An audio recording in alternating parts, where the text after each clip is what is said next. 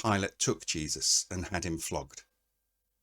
The soldiers twisted together a crown of thorns and put it on his head. They clothed him in a purple robe and went up to him again and again, saying, "Hail, King of the Jews!" And they slapped him in the face. Once more Pilate came out and said to the Jews gathered there, "Look, I'm bringing him out to you to let you know that I find no basis for a charge against him." When Jesus came out wearing the crown of thorns and the purple robe, Pilate said to them, "Here is the man." As soon as the chief priests and their officials saw him, they shouted, "Crucify! Crucify!" But Pilate answered, "You take him and crucify him. As for me, I find no basis for a charge against him." The Jewish leaders insisted, "We have a law, and according to that law, he must die, because he claimed to be the Son of God." When Pilate heard this, he was even more afraid, and he went back inside the palace. "Where do you come from?" he asked Jesus, but Jesus gave him no answer. "Do you refuse to speak to me?" Pilate said. "Don't you realize I have power either to free you or to crucify you?" Jesus answered, "You would have no power over me if it were not given to you from above. Therefore, the one who handed me over to you is guilty of a greater sin." From then on, Pilate tried to set Jesus free, but the Jewish leaders kept shouting, "If you let this man go, you're no friend of Caesar.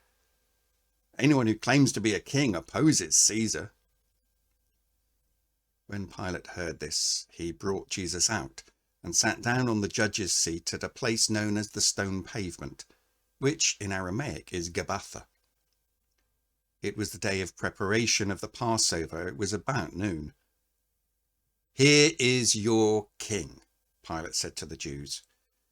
But they shouted, "Take him away! Take him away! Crucify him!" "Shall I crucify your king?" Pilate asked. "We have no king but Caesar," the chief priests answered. Finally, Pilate handed him over to them to be crucified. So the soldiers took charge of Jesus. Carrying his own cross, he went out to the place of the skull, which in Aramaic is called Golgotha. There they crucified him, and with two others, one on each side and Jesus in the middle. Pilate had a notice prepared and fastened to the cross. It read, "Jesus of Nazareth, the King of the Jews." Many of the Jews read this sign, for the place where Jesus was crucified was near the city, and the sign was written in Aramaic, Latin, and Greek. The chief priests of the Jews protested to Pilate, "Do not write the King of the Jews, but that this man claimed to be the King of the Jews." Pilate answered, "What I have written, I have written."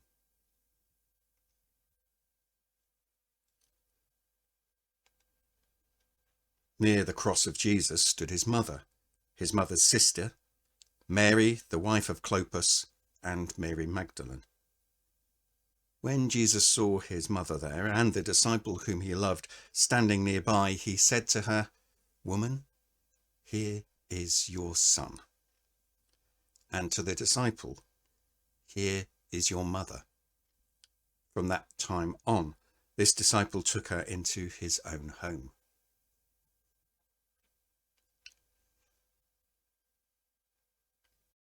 Two other men, both criminals, were also led out with him to be executed.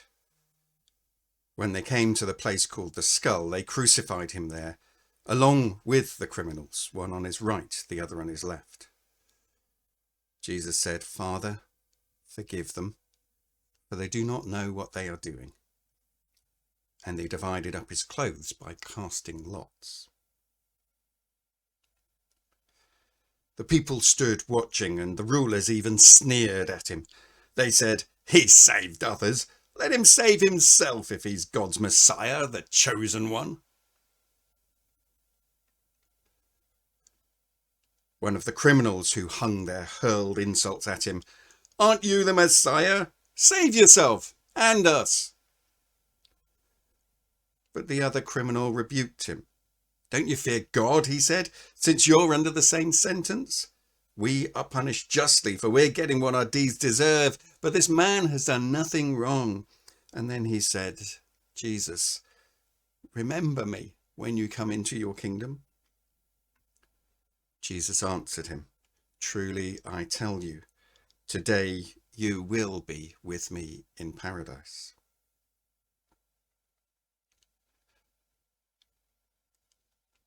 Later, knowing that everything had now been finished, and so that scripture would be fulfilled, Jesus said, "I am thirsty." A jar of wine vinegar was there, so they soaked a sponge in it, put the sponge on a stalk of the hyssop plant, and lifted it to Jesus' lips.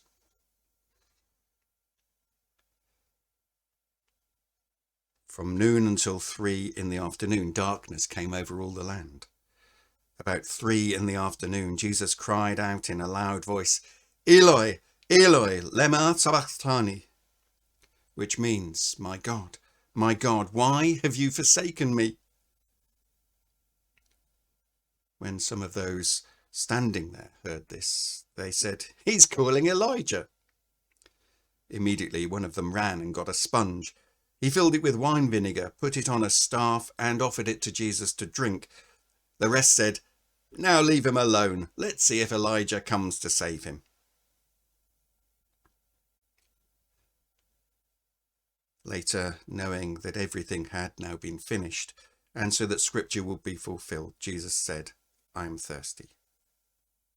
When he had received the drink, Jesus said, "It is finished."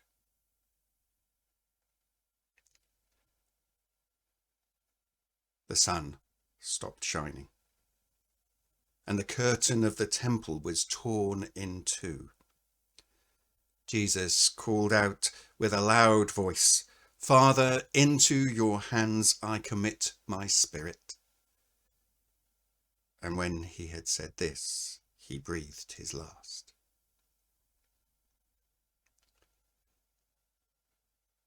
At that moment, the curtain of the temple was torn in two from top to bottom. The earth shook, the rocks split, and the tombs broke open. The bodies of many holy people who had died were raised to life. They came out of the tombs after Jesus' resurrection and went into the holy city and appeared to many people. When the centurion and those with him who were guarding Jesus saw the earthquake and all that had happened, they were terrified and exclaimed, "Surely he was the Son of God."